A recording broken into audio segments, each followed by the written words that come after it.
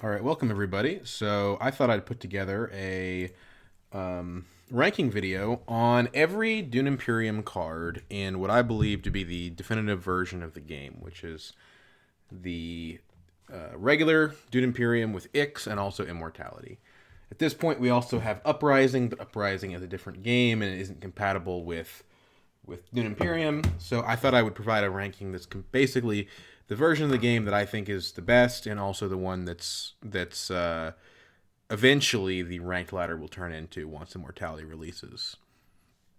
So to go over this, I'm going to talk a little bit about why I wanted to make this list, and then a few of the assumptions that go into it, just because I'm providing a numerical ranking and I want people to understand what I'm actually talking about and not get confused. So, in terms of this, Hidden Assets, they released their own ranking video a few years ago, which was all of the X cards, and this was not that long after Rise of X came out. And I think we've got a little bit more information now about what makes a good or a bad card. But also, that list didn't include Immortality and all the cards that adds. So I also wanted to make a newer list, guided at newer players that would address those concerns. And really the key is that second thing. There's a lot of people that have asked me actually, or have asked in general, hey, where can I find a list of the value of the cards for Immortality? And it turns out that list doesn't exist anywhere on YouTube right now. And I think this is helpful because, and we're going to get to this in the next bullet point here, but the value of the cards is very contextual. And I'm just going to skip ahead on that.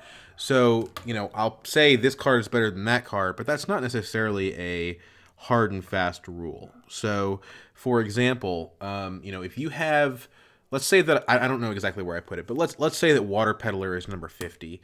It could be better than number 6 if you're Ariana and you Sayadina, right? So in that situation, I would rather have Water Peddler than any other card. And all that's to say that like the value changes a lot. Who are you playing? Who's at the table? What position are you in? What's your strategy going to be? So don't just use this as a blind pick order. This is just assuming on a bird's eye view level, what would you like to have if you didn't really know what leader you were playing or what position you were in or any of the other stuff. Just approximately how good are the cards. And then going to the first bullet point here, what I'm addressing is the how strong is this card?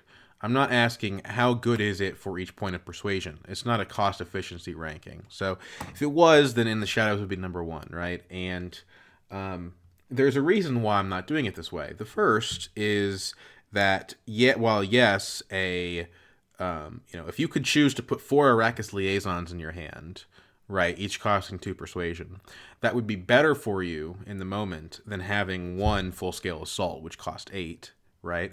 That's not how cards actually work in this game. If you put 4 liaisons in your deck, you have to draw 4 cards to get those 4 liaisons. You only have to draw 1 card to get that rapid scale assault, full scale assault. So I'm considering how good is the card, not how good is it on a cost basis. Because even the most cost efficient card in the game, In the Shadows, if you get that in round 5, you may never get anything out of it at all. And on a purely efficiency level, you may just straight up prefer a different card. There are other cards that are better. And I'd rather provide players with how good is the card rather than how good is the card relative to something else. Because persuasion isn't a cost that you pay and that you bank, right? If you're revealing with 8 persuasion, well, it doesn't cost you anything extra to get Kwisatz Haderach versus getting Twi'lek Surgeon, right? You're not taking that persuasion with you. So think of this list as what cards should you prefer, assuming that you have 8 persuasion, basically. Now, I'm also including all cards. So that actually includes our starting deck. So that's going to include your dagger. It's going to include your reconnaissance. It's going to include your experimentation. And it won't include Signet Ring. It won't include Seek Allies. Signet Ring is a different card for every character, so it's hard to rank that. And Seek Allies is really not a card at all. It's just a way of padding the early turns of the game. And making strategies a little bit more consistent up front. So I don't even consider Seek Allies to be a card at this point.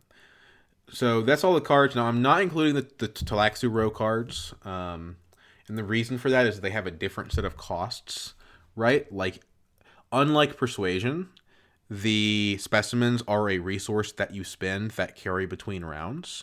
So sometimes, no matter how good a research deck card is, you may be better off using Reclaim Forces with those blocks. And there's nothing like that with the cards that cost Persuasion. So you can do a 1-to-1 on me and ask how which card's better, Stitch Horror or Gurney Halleck, and I could answer that. But fundamentally, they they cost different things, and I think that makes them really hard to compare, like apples to oranges. Next is values contextual. We talked about that already. List is subjective. I think anyone who's watched a top 10 video on YouTube knows this by now, but this is not the ultimate truth. Although there's a lot of numbers in this slideshow, the numbers are how powerful do I think they are. It's not like I built an algorithm that tracks win rate, win drawn on TTS or something like that. Like we're not going that advanced. This is just how good the cards are. It also reflects my play style. I play from a deck building centric perspective. I try to get the high end heavy hitters and build combos. So for me, this is going to be based around that for the most part. But I'm still trying to respect the power of the cards that don't really appeal to my play style. You're going to see a card like Treachery is not really with my play style at all, but I respect how powerful it is, and it's going to be high up on the list. This is not a list of how much I like it. It's how powerful do I think it is. Although it's going to inevitably reflect my play style. Next, almost all of these cards have a situation where they're useful. So, there's maybe one or two of these that I never ever buy, but it's pretty rare. I think every card you can make a case for in some circumstance. So even the absolute worst cards, you will buy them sometimes. It'll happen. It may be only one in 50 games or 1 in 60 games, but just because a card's low on this list doesn't mean you should never pick it. Even though I have as much fun as the next guy making fun of bad cards. And then lastly here, Bloodlines is the upcoming expansion. It hasn't released yet. The cards have been mostly revealed by an unboxing video, but none of us have played with them. We don't know how good they are. And it also seems like Bloodlines may really just be an Uprising expansion and not a Dune Imperium expansion. So we're going to have to also wait and see how that shakes out too. So there's no Bloodlines anything on here. Hopefully, if that comes out and it plays well with the base game, then I can update the list with those cards. But until then, this does not consider any aspect of Bloodlines metagame or the cards that come in it. All right, well, that was the first section of the video, just where I talk about what this series is going to be. Join me next time, and we'll actually start talking about the worst cards. So, before I sign off here, why don't we get some predictions? What do you guys think is the absolute worst card? Number 104 out of 104. I'll let you put some predictions in there, and I'll see you guys next time.